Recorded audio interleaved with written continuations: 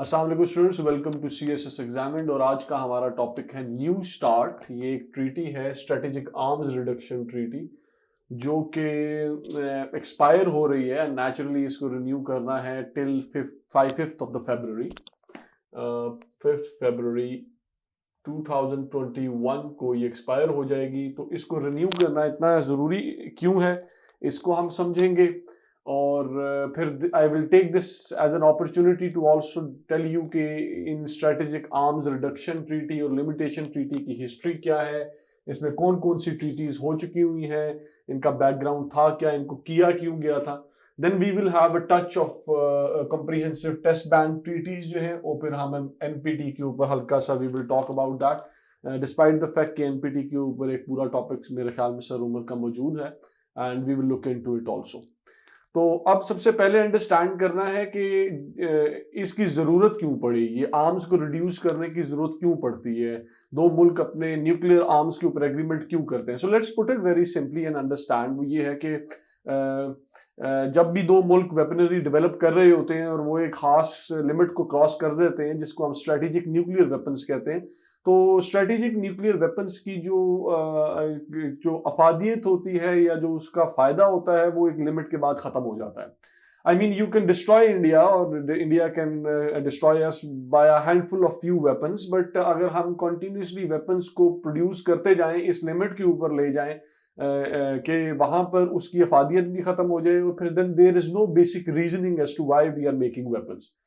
दूसरा ये भी होता है कि वो वेपन चूंकि नेशनल लेवल के ऊपर प्रोलिफरेट होकर मुख्तलिफ यूनिट्स में और बटालियंस में मुख्तलिफ लोगों के हाथ में होता है, तो देयर इज अ पॉसिबिलिटी कि एक रोग वेपन भी चल पड़े, which is a very serious possibility and has very damaging consequences for the international peace and stability. तो इन चीज़ों को मद्देनजर रखते हुए United States and Soviet thought के हम भी इस तरीके से रिड्यूस करते हैं अपनी ऑलरेडी अवेलेबल जो स्टॉक पाइल है वेपनरी का, और इसको उन्होंने मुख्तलिफ ट्रीटीज़ के अंदर किया। आज हम उसको कंप्रीहेंसिवली अंडरस्टैंड करने की कोशिश करेंगे कि वो ट्रीटीज़ एक्चुअली किस तरीके से डेवलप हुई, उनके बैकग्राउंड में एक्चुअली था क्या। तो जो 72 के अंदर स्ट्रेटेजिक आर्म्स लिमिटेशन ट्रीटी है, यहाँ पर जो बन चुके हैं वेपन्स, इनको लिमिट करने की बात की जाएगी। ये एक्चुअली हेलसिंकी फाइनल एक्ट, यानी जिसको हम हेलसिंकी अकॉर्ड्स भी कहते हैं, जिसमें जो सोवियत यूनियन था और जो वेस्टर्न कंट्रीज थे, ये आपस में मिलके बैठे इन डिटांटे के टाइम पीरियड के अंदर। डिटांटे के ऊपर हम बात करते रहे हैं, मेरे CSS बेसिक्स में भी अवेलेबल है। इसमें जिसको एरा ऑफ रीअप्रोचमेंट भी कहते हैं, इस टाइम पीरियड में दोनों जो पोलर्स थे यानी मुल्क थे, ये आए, ये बैठे, और इन्होंने एक फ्रेमवर्क डिसाइड किया कि आगे हम अपने मामलात को कैसे लेके चलेंगे, जिसमें इन्होंने एक स्टॉकहोल्म डॉक्यूमेंट तैयार किया, और उसके नतीजे में दे डिसाइडेड कि भाई ठीक है, अब now we should limit our production of weaponry. तो उस वेपन प्रोडक्शन वेपनरी को लिमिट करने के लिए जब पहला उन्होंने एग्रीमेंट किया 72 में, तो वो सॉल्ट था, SALT I उसको कहा जाता है, स्ट्रेटेजिक आर्म्स लिमिटेशन ट्रीटी। अब नेचुरली इसके चूंकि पहला एग्रीमेंट था, तो इसमें जो अभी तक ऑलरेडी इक्विपमेंट बन चुका था, तो उन्होंने कहा कि इसको मेंटेन किया जाए और मजीद ना बनाया जाए। हाउएवर उस जमाने में एक नया इक्विपमेंट जो था, जो कि एक नया तरीका कार था वेपन की डिलीवरी का, वो सबमरीन थी। सबमरीन से बैलिस्टिक मिसाइल लॉन्च होते थे, वो पानी के अंदर से they could launch ballistic missiles. तो उस बैलिस्टिक मिसाइल को भी लिमिट कर दिया गया कि 800 स्ट्रेटेजिक लॉन्च बैलिस्टिक मिसाइल जो हैं वो मैक्सिमम बनाए जा सकते हैं, जो कि अफोर्ड किए जा सकते हैं बाय बोथ पार्टीज। अच्छा, यहां पर मैं ये महसूस कर रहा हूं that it is important for you people to understand, because बाद में इसके ऊपर बात भी होती रहेगी। न्यूक्लियर वेपन को डिलीवर करने के लिए there are 3 ways। Now let's understand that not 3 ways, in fact there are 3 elements to delivery of a nuclear weapon। एक ये होता है that you have a rocket जो कि लॉन्च किया जाता है। उस रॉकेट को लॉन्च करने के लिए आपको एक लॉन्चर की जरूरत होती है, और उसके बाद उस रॉकेट को अपनी डेस्टिनेशन पे पहुंच के उस पेलोड को डिलीवर करना होता है, जिसने एक्सप्लोड करना होता है। तो तीसरा हो गया पेलोड, जिसको वॉरहेड्स के नाम से वी विल टॉक हियर। तो ये 3 चीजें जो है, ये रिक्वायर्ड है किसी भी इफेक्टिव वेपन की डिलीवरी के लिए। तो इन्हीं के ऊपर लॉन्चर्स जो हैं उनको लिमिट कर दिया गया सब 800 की अमाउंट तक सॉल्ट के अंदर। अब सॉल्ट जिस दिन साइन हो रही है उसी वक्त ये एक और भी हो रही है, that is anti ballistic missile treaty 1972 में सॉल्ट भी हुई, एक ही दिन इन दोनों ट्रीटीज को साइन किया गया। अब एबीएम क्या है? एबीएम ये है कि एंटी बैलिस्टिक मिसाइल्स होते हैं। अब एक मिसाइल होता है जो कि किसी जगह के ऊपर आप गिराते हैं हमला करने के लिए, however there is another missile जो कि उस आते हुए बैलिस्टिक मिसाइल को काउंटरएक्ट करने के लिए बनाया जाता है, ताकि वो जो न्यूक्लियर वेपन लेके मिसाइल आ रहा है उसको तबाह कर दिया जाए before it's point of delivery. तो उसको एंटी बैलिस्टिक मिसाइल कहा जाता है। अब ये सोचने की जरूरत है कि इस मिसाइल की यानी ये मिसाइल जो है ये नेचुरली एंटी बैलिस्टिक मिसाइल अपनी नेचर के अंदर डिफेंसिव है, तो इसको लिमिट करने की क्या जरूरत बनी? इसको इस तरीके से देखा गया कि counter effective cycle of development के इफेक्टिव के तरीके से देखा गया। मैं समझा देता हूं ये क्या है। ये पॉइंट ऑफ व्यू एक्चुअली ये है कि अगर आप डिफेंसिव वेपन ज्यादा बनाते जाएं, जिस तरीके से एंटी बैलिस्टिक मिसाइल ज्यादा बनाते जाएं, तो वो ये एंटी बैलिस्टिक मिसाइल एक एरिया को गार्ड करता है, तो वहां पर एंटी बैलिस्टिक मिसाइल को चकमा देने के लिए you will put more missiles, या आप ज्यादा मिसाइल दागेंगे वहां पर, या you will throw more missiles there, alright. तो वहां पर क्या होता है कि एंटी बैलिस्टिक मिसाइल यानी डिफेंसिव टेक्नोलॉजी जो होती है, यानी डिफेंसिव मिसाइल को काउंटरएक्ट करने के लिए आप ज्यादा ऑफेंसिव वेपनरी डेवलप करते हैं। तो इसको इसलिए एबीएम के अंदर लिमिट किया गया ताकि आपके पास डिफेंसिव वेपनरी ज्यादा ना बढ़े, क्योंकि अगर डिफेंसिव वेपनरी ज्यादा बढ़ेगी तो उसको काउंटरैक्ट करने के लिए आपके पास ऑफेंसिव वेपनरी भी नेचुरली ज्यादा बढ़ेगी। तो ये दो ट्रीटीज हो गई। फौरन इस ट्रीटी के बाद 72 से 79 तक देयर वर टॉक्स कि भाई अब जो हमने बात कर ली कि मेंटेन करो इस लेवल के ऊपर अपने स्टॉक फाइल को, ऑफेंसिव वेपन के स्टॉक फाइल को, अब उसको रिड्यूस करते हैं, यानी ओवरऑल वेपनरी जो है उसको हम रिड्यूस करके 2250 ऑल टाइप्स ऑफ डिलीवरी, ये लॉन्चर्स की हम बात कर रहे हैं। इसको हम यानी जिसमें स्ट्रेटेजिक बॉम्बर्स हैं, जिसके अंदर सबमरीन्स हैं, जिसके अंदर लॉन्चर्स हैं, इन सारों को रिड्यूस करके तो 2250 तक ओवरऑल टोटल ले आते हैं। That was a massive reduction in comparison. अगर आप देखें कि उस जमाने में कितना इनके पास था, I think it cross around 8000, however I am not actually correct about it, या मुझे एग्जैक्ट नहीं पता। तो ये उधर से रिडक्शन करने की बात की जा रही है, विच इज फाइन। और ये हाउएवर ये चीज नहीं हो सकी, सॉल्ट 2 की नहीं हो सकी। क्यों नहीं हो सकी ये रिडक्शन? उसकी वजह ये है कि 79 is a very important date. 79 के अंदर अफगान वॉर शुरू हो जाती है and then both the parties pull out of any kind of agreement. अब इसके बाद हमने आगे देखना है that is intermediate nuclear forces. ये क्या है कि 80s के अंदर सोवियत यूनियन जो है वो इस तरह के मिसाइल बना लेता है जो कि मीडियम रेंज के होते हैं, और वो मिसाल के तौर पे 100 किलोमीटर तक जो मिनिएचर न्यूक्लियर बॉम्ब्स को टारगेट कर सकते हैं। तो आईएनएफ की जो ट्रीटी थी, that treaty was actually design कि आप इंटरमीडिएट न्यूक्लियर बॉम्ब्स यानी छोटे न्यूक्लियर बॉम्ब्स जो हैं, जो कि छोटे डिस्टेंस के ऊपर गिराए जाते हैं, जिनको टैक्टिकल न्यूक्लियर बॉम्ब्स भी कहा जा सकता है, आप उनकी टेक्नोलॉजी को भी लिमिट कर दें। तो उसको आईएनएफ के तहत लिमिट किया गया। नेचुरली रोनाल्ड रीगन के टाइम पीरियड में बातचीत शुरू हुई। 88 से 2019 तक इट वाज इफेक्टिव। 2019 के अंदर Donald Trump pulled out of it. जब Donald Trump pulled out of it तो पीछे सिर्फ एक ट्रीटी बच गई थी, न्यू स्टार्ट, जिसको हम आगे देखेंगे, वो बच गई।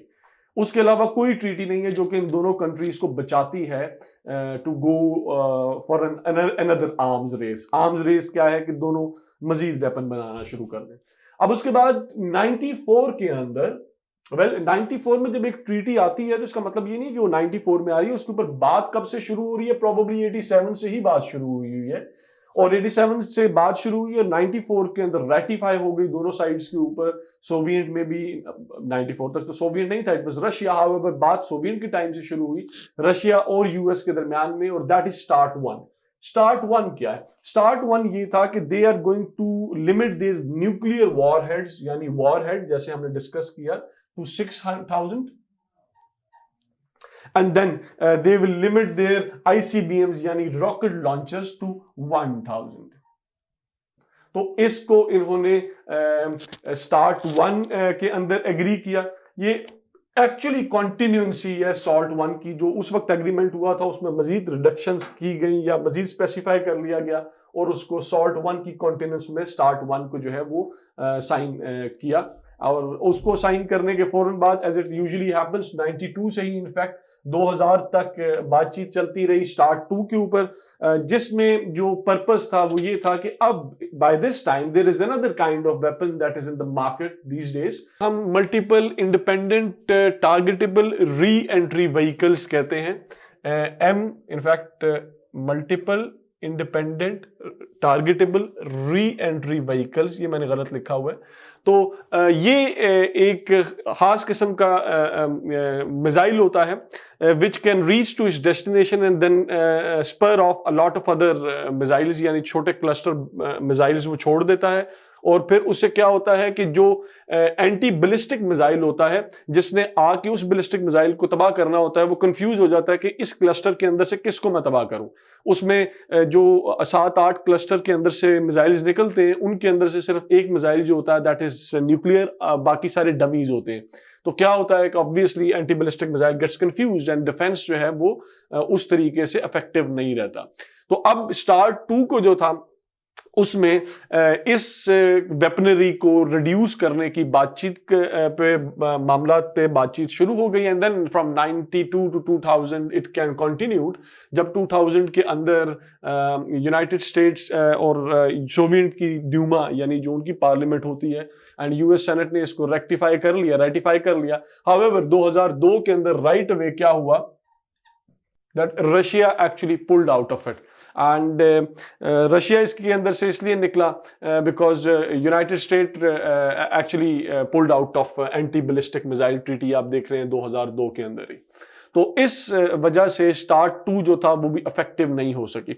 अब स्टार्ट 2 के ना इफेक्टिव होने के बाद क्या होता है, नेचुरली आपको ये अंडरस्टैंड करना है कि कभी भी जो भी स्ट्रेटेजिक न्यूक्लियर वेपन्स के एग्रीमेंट्स होते हैं, अगर ये अपने पाया तकनीक पे ना पहुंच सकें तो फिर इसका मतलब ये है कि ये जो वेपन है ये कंटेन तो नहीं हो पाएगा। तो इसको फिर नेचुरली कंटेन करने के लिए क्या इन्होंने किया कि इन्होंने सॉर्ट एक और एग्रीमेंट कर लिया। नाउ दिस सॉर्ट, जिस तरह सॉर्टिंग आउट होता है, बिल्कुल ये स्ट्रेटेजिक ऑफेंसिव रिडक्शन ट्रीटी जो थी इसके अंदर 2002 से 2011 तक इफेक्टिव रही। इसमें इन्होंने किया क्या, जो बहुत important, in fact most important thing जो है वो ये है कि इससे पहले तो ये है कि ये एक पॉलिटिकल मैन्यूवरिंग थी। It was at that time America 2001 के अंदर अफगानिस्तान में जा चुका है, 2003 में इराक में वॉर करने के लिए जा रहा है, तो अफगानिस्तान में it wanted support of Russia, तो वहां पर एक तरीके से ये पॉलिटिकल मैन्यूवरिंग थी। दूसरा ये था कि इन्होंने ओवरऑल बजाय इसके कि ये बात करें कि ये लॉन्चर कौन सा है या ये रॉकेट कौन सा है, इन्होंने ये कहा कि अब इससे पहले तो होता था ना कि आप MIRVs या ABMs एंटी बैलिस्टिक मिसाइल्स हैं या इंटरमीडिएट न्यूक्लियर मिसाइल्स हैं या कॉन्टिनेंटल बैलिस्टिक मिसाइल्स हैं, CBMs जिनकी आप बात कर रहे हैं, या सबमरीन लॉन्च बैलिस्टिक मिसाइल्स हैं, इन सारों की अलग कैटेगरीज के अंदर इनको डिवाइड किया होता। अब ये बात करना शुरू कर दी कि इनको कैटेगरी से हटा दिया जाए और बात ये की जाए कि ऑपरेशनल कितने रहेंगे, ओवरऑल ऑपरेशनल कितने हैं, बाकी सारों को डीकमीशन कर दिया जाए। तो this is the sort treaty. इस सॉर्ट की ट्रीटी के बाद फिर क्या हुआ कि न्यू स्टार्ट आ गया। न्यू स्टार्ट इसलिए आ रही है बिकॉज नेचुरली आप देख रहे हैं कि 2011 के अंदर सॉर्ट भी खत्म हो रही है और उसके बाद स्टार्ट 1 भी जो थी वो 2000 मेरे ख्याल में 9 तक जो थी इट वाज गोइंग टू, मतलब वो वहां पर खत्म हो जानी थी, 9 तक या 10 तक वो इफेक्टिव थी। तो उसको उसकी जगह न्यू स्टार्ट की ट्रीटी आ गई। अब न्यू स्टार्ट की ट्रीटी जो है 2009 में स्टार्ट हुई, इसके ऊपर बातचीत 2010 में साइन हो गई और 2011 में इफेक्टिव हो गई। दोनों पार्लियामेंट्स ने, ड्यूमा ने एंड सेनेट ने यहाँ पर उनको एक्सेप्ट कर लिया। इसकी बातचीत क्या है, इसमें इन्होंने ये कहा कि वापस इन्होंने ऑपरेशनल लिमिटेशन से हट के उसको इन बुनियादों पे कि इनकी ICBMs जो हैं वो टोटल अमेरिका या दोनों parties they can not maintain more than 700 warheads, यानी कि जो न्यूक्लियर वॉरहेड होता है वो 1550, मैक्सिमम 800 लॉन्चर्स और इससे ज्यादा लॉन्चर्स वो मेंटेन नहीं कर सकते। So this is how the whole framework of these treaties have been. ये इसी तरीके से ये ट्रीटीज जो हैं ये सारी चलती रही हैं। अब हमने ये अंडरस्टैंड करना है कि ये जो न्यू स्टार्ट थी ये 2011 के अंदर हुई और इस न्यू स्टार्ट ने 2021 के अंदर नॉन इफेक्टिव हो जाना है। और वो जैसे मैंने बताया कि 5 फरवरी 2021 को जब ये नॉन इफेक्टिव होगी तो उसके बाद there is no treaty in between, because आपको ये याद रखना है कि आईएनएफ के अंदर 2019 के अंदर आईएनएफ से डोनाल्ड ट्रंप पुल्ड आउट कर चुके हुए हैं, और अगर न्यू स्टार्ट भी नहीं रहती then there is no other treaty which is going to keep these both countries in check और इनके न्यूक्लियर आर्सेनल को इन चेक करेंगे। तो अब हमने ये अंडरस्टैंड करना है, जो हमारा टॉपिक है वो ये है कि न्यू स्टार्ट क्यों साइन नहीं हो रही। पहले हम ये समझेंगे कि इसके अगेंस्ट क्या बातचीत की जाती है, और फिर हम बात करेंगे कि इसके फॉर क्या बातचीत की जा रही है। तो अगेंस्ट जो है वो डोनाल्ड ट्रंप है, और वो 3 बुनियादों के ऊपर है। वो ये कहता है कि इस ट्रीटी के अंदर जो चाइना का एलिमेंट है, कि चाइना की जो स्ट्रेटेजिक फोर्सेस हैं उनको तो कोई देख ही नहीं रहा। So therefore he says that we have to include China and China को भी रिस्ट्रिक्ट करना है उसकी न्यूक्लियर डेवलपमेंट के अंदर, which is true, which is fine, which is right. Realistically वो बात तो सही कह रहा है। However, China is not going to become part of it. China ने इसके मुतालिक बात सीधे तरीके से ऑलरेडी कह दी हुई है। एंड टू इमेजिन के किसी भी न्यू कॉम्प्रिहेंसिव ट्रीटी के अंदर या फ्रेमवर्क के अंदर चाइना को राइट अवे इंक्लूड कर लिया जाएगा, वो नहीं होगा। बिकॉज चाइना का पॉइंट ये, वो कहता है कि मैं आपके लेवल के ऊपर न्यूक्लियर वेपनरी मेंटेन ही नहीं करता, मेरे पास ओवरऑल सिर्फ 300 वॉरहेड्स हैं, और वो भी मैंने इसलिए मेंटेन किए हुए हैं कि अगर मुझे महसूस होता है दैट यू आर मतलब अगर मुझे अपनी डिफेंसिव कैपेसिटी के अंदर अगर उन्हें यूज करना पड़ता है तो आई विल यूज देम। दूसरा जो पॉइंट है Donald Trump is using that he is saying is के नॉन स्ट्रेटेजिक न्यूक्लियर वेपन इसके अंदर इंक्लूडेड ही नहीं है। अब नॉन स्ट्रेटेजिक न्यूक्लियर वेपन क्या होते हैं? अभी तक हम बात कर रहे हैं मिसाइल्स की, इंटरमीडिएट मिसाइल्स की बात कर रहे हैं, हम multiple independent targetable reentry vehicles की बात कर रहे हैं, ये जो MIRVs हैं। उसके बाद हम हर किस्म के बैलिस्टिक मिसाइल टेक्नोलॉजी की बात कर रहे हैं। हम उस न्यूक्लियर बॉम्ब की तो बात ही नहीं कर रहे जो कि क्या नाम है क्रूज मिसाइल से ड्रॉप किया जा सकता है, या आप इवन आर्टिलरी के शेल के अंदर भी आप न्यूक्लियर एक्सप्लोजन, वॉरहेड डाल के nuclear explosion, miniature nuclear explosion कर सकते हैं। तो वो वाले जो वेपन्स हैं उनके मुतालिक तो कोई बात ही नहीं कर रहा, तो दैट इज ऑल्सो ट्रू, वो बिल्कुल सही कह रहे हैं। तीसरा उसका पॉइंट ये है, वो ये है कि वेरिफिकेशन के बड़े सीरियस इश्यूज हैं। वेरिफिकेशन वैसे किस तरह होती है? जब भी 2 ट्रीटी होती है कि आप भी नहीं बनाएंगे मैं भी नहीं बनाऊंगा, तो इसकी वेरिफिकेशन होती है नेशनल सैटेलाइट से, सैटेलाइट इमेजरी से वेरीफाई किया जाता है, इंस्पेक्टर्स जाते हैं, फिर मैं और आप जो हैं, जो दोनों मुल्क हैं, वो एक दूसरे को ट्रीटी के तहत डाटा भी शेयर करते हैं कि क्या तब्दीलियां हैं और क्या मसाइल हैं और क्या कितने का हमने डिस्ट्रॉय कर दिए हैं और कितने हमने डिस्ट्रॉय नहीं किए। उनको वेरीफाई करने के लिए इंडिपेंडेंट इंस्पेक्टर्स भी आते हैं। तो ये वेरिफिकेशन के कुछ इश्यूज हैं जिनको उसने बात की है, और इन बुनियादों पे Donald Trump says that he will not he is not going to actually extend new start, because new start treaty के अंदर एक प्रोविजन ये है कि इसको अगर दोनों मुल्क चाहें तो +5 years मजीद 5 साल के लिए एक्सटेंड कर दिया जाता है। Even to this point Putin has also said कि वो कहता है कि मैं 1 साल के लिए भी एक्सटेंड करने के लिए राजी हूं if United states is happy with it. However United state must not put any other limitation upon me. Verification की या किसी और किस्म की नॉन स्ट्रेटेजिक वेपन की डेवलपमेंट के ऊपर लिमिटेशन ना लगाए, तो 1 साल के लिए इसको एक्सटेंड कर लेते हैं और उस दरमियान में फ्रेमवर्क को निगोशिएट कर लेंगे। जो फॉर है INS ये न्यू स्टार्ट के, उनका मुद्दा क्या है? दे आर टॉकिंग अबाउट, वो कहते हैं कि जो मॉडर्नाइजेशन साइकिल होता है ना किसी भी मुल्क के न्यूक्लियर वेपन्स का, उसके अंदर इस वक्त यूनाइटेड स्टेट्स लैक करता है और रशिया आगे है। रशिया ज्यादा तेजी से मॉडर्नाइज कर रहा है वेपन को। तो अगर हमने रशिया को न्यू स्टार्ट के तहत कंटेन ना किया तो एसिमेट्रिकल मॉडर्नाइजेशन साइकिल रशिया को फेवर करेगा और रशिया ज्यादा इफेक्टिव टेक्नोलॉजी बना जाएगा। फिर वो ये कहते हैं कि this is the last barrier to contain Russia, which is true.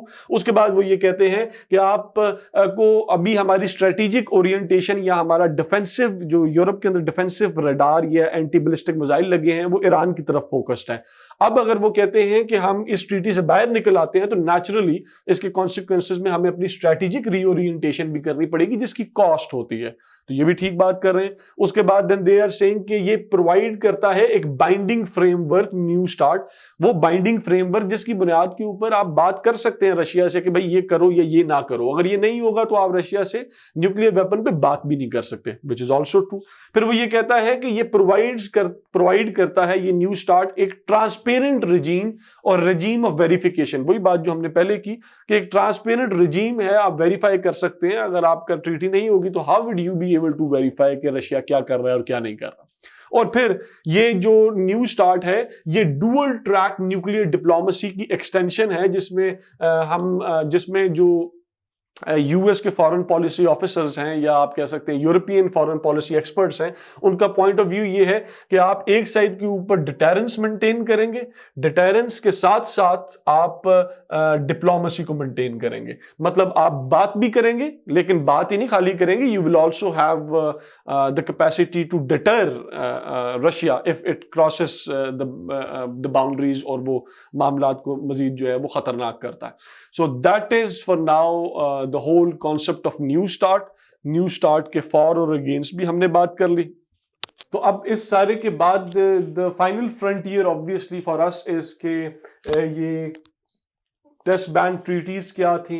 इसमें 3 किस्म की टेस्ट बैन ट्रीटीज हैं और इस पूरे फ्रेमवर्क के अंदर एनपीटी कहाँ पे आता है। इनफैक्ट एनपीटी के ऊपर बजाते खुद भी एक टॉपिक है, it has to be discussed and we will see it also. अब we will talk about test ban treaties. Test ban treaties के अंदर 1963 के अंदर एक पार्शियल टेस्ट बैन ट्रीटी हुई और ये because at that time there were a lot of explosions between 1945 and 1963, around 450 explosions. तो उससे क्या हो रहा था कि एनवायरनमेंट भी डैमेज हो रही थी and then there were certain instances जहां पर जापानीज इंडिविजुअल्स जो थे they got affected because of the radiation. और इंटरनेशनल एनवायरनमेंट के और एटमॉस्फेयर के अंदर ओवरऑल रेडिएशन के पार्टिकल्स जो थे दे फार एक्सीडेड द सेफ लिमिट्स। तो फिर उसको रिड्यूस या इस टेस्ट के प्रोसीजर को कि हर बंदा जो मतलब हर रोज जो न्यूक्लियर टेस्ट हो रहा है इसको नेचुरली कंटेन करना became the top priority and given that obviously the consequences फिर क्या थे कि इन्होंने एक पार्शियल टेस्ट बैन ट्रीटी की जिसमें इन्होंने पानी के under and then in atmosphere and above in the space इन्होंने कहा कि हम कोई किसी किस्म का न्यूक्लियर टेस्ट कंडक्ट नहीं करेंगे। This happened right after the Cuban Missile Crisis। ये देख लें 1963 is the time period। Naturally 1962 के अंदर Cuban Missile Crisis हुआ, वहां पर there was a serious possibility of nuclear escalation. इसके ऊपर मैं बात भी करता रहा हूँ और न्यूक्लियर एस्केलेशन इस लेवल पे हो सकती थी कि मामला सीरियसली ख़राब हो सकते थे। और 63 के बाद आप फिर देखते हैं कि रीअप्रोचमेंट का टाइम पीरियड आ जाता है जहाँ पर चीज़ें बेहतर होने लग जाएंगी। ये ऐसे ही होता है। उसके बाद क्या हुआ कि पीटीबीटी के बाद थ्रेश होल्ड जो था वो बैन ट्रीटी थी, टेस्ट बैन ट्रीटी थी। इसमें ये था कि अब इसके बाद आप सोच रहे होंगे कि कहाँ पर धमाके हो रहे हैं, तो इसके बाद अब Soviet union and United states started doing underground testing of nuclear weapons. तो उसके अपने कॉन्सिक्वेंसेस थे। तो यहाँ पर इन्होंने एक थ्रेशहोल्ड लगा दिया कि okay alright keep on doing it, लेकिन 150 किलो टन से जो है वो नीचे का वेपन होगा, इससे ऊपर नहीं होना चाहिए। इसी वजह से आप देखते हैं कि जब स्माइलिंग बुड्ढा इंडिया करता है, जब पाकिस्तान करता है, तो वो भी अंडरग्राउंड टेस्ट है, यानी पहाड़ों के अंदर है। उसकी वजह यही है कि आप ओपन ओवरऑल एनवायरनमेंट में नहीं कर सकते। इसके बाद क्या हुआ, ये 74 के अंदर कंक्लूड हुई। ये राइट अवे सॉल्ट 1 के बाद सॉल्ट 2 की बातचीत के दरमियान में ही इसको थ्रेशहोल्ड टेस्ट बैन ट्रीटी कहा जाता है, इसको कंक्लूड किया गया। इसके बाद आपके पास आ जाती है CTBT. Now that is a comprehensive test ban treaty. इसके अंदर everything is off the limits. You can't even try exploding nuclear bombs in the air, in the space, and on the ground, under the ground, and then in the oceans or seas। तो ये comprehensive test ban थी 96 के अंदर, और इसको sign कर लिया, क्या रेटिफाई कर लिया गया। How naturally you will see कि Pakistan and India are not part of it. Pakistan India despite not being part of that, Pakistan India were part of पीटीबीटी।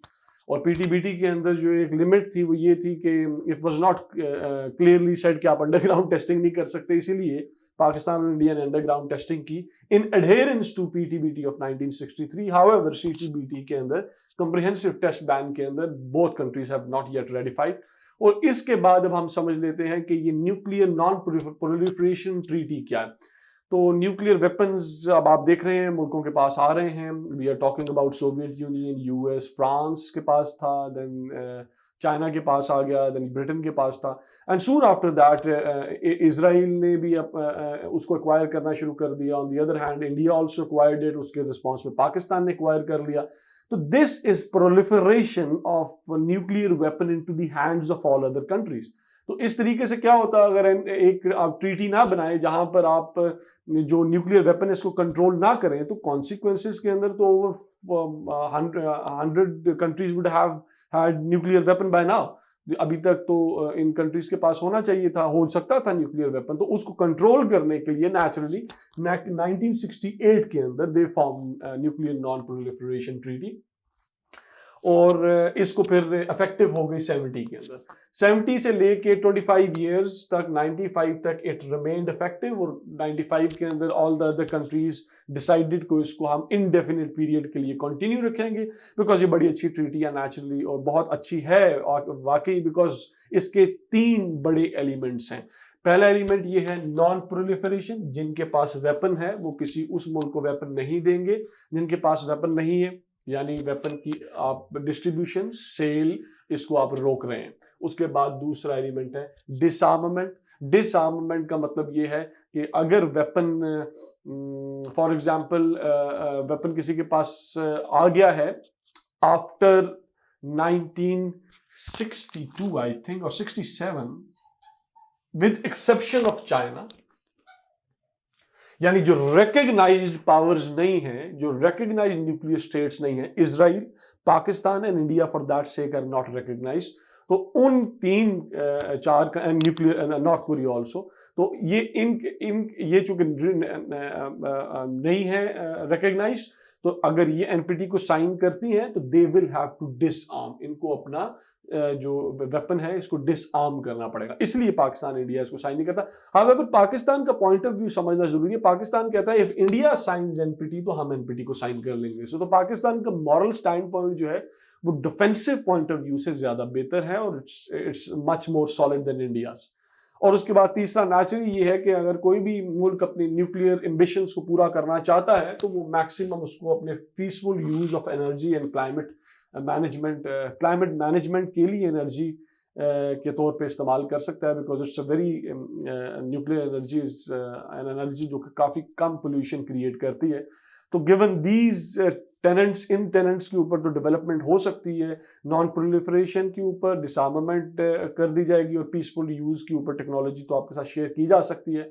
However, except of that you cannot have. So this was a comprehensive closure of everything related to all the treaties of strategic arms reduction and limitation, NPT and test ban treaties। ये थोड़ा सा overview है, इसको यकीनन आपका study करना खुद बनता है। I hope I have done justice to my job.